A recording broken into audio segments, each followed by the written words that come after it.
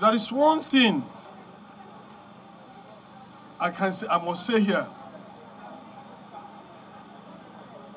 Your Excellency, before I was sworn in as governor of Rivers State, we were trained to know that outside Mr. President, outside the federal government at the center, Rivers State is the next highest state to be respected. The simple reason is that the economic lifeline of Nigeria is in the hands of Rivers State. Yes, not just the oil, but the other economic and agricultural produce are also from Rivers State. High and better than any other state in Nigeria. And that's why Nigeria must, as a fact, respect Rivers State. Yes, but the problem is, many Rivers children who are outside Rivers State try to bring Rivers State down.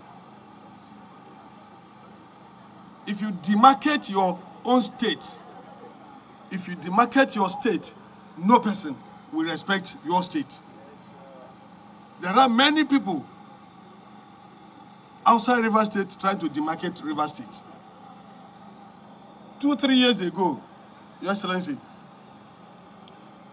some leaders of the state have always said ministers from Rivers State must bring projects to Rivers State. Today,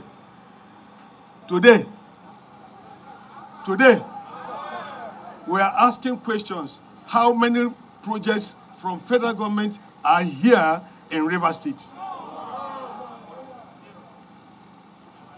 When Farotimi was the minister, people were asking questions to say, what are the projects you have brought? Today we're asking the same question. We have the same status, in the higher status of minister. We are asking, how many projects have you brought into a chain? How many projects have we received in Ikwere local government? How many projects have we received in Ikwere ethnic nationality? We are waiting. If you don't love your state, it simply means you don't love yourself. Yes.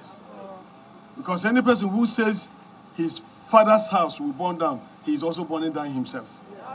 Rivers State must stand to grow. We must all put hands together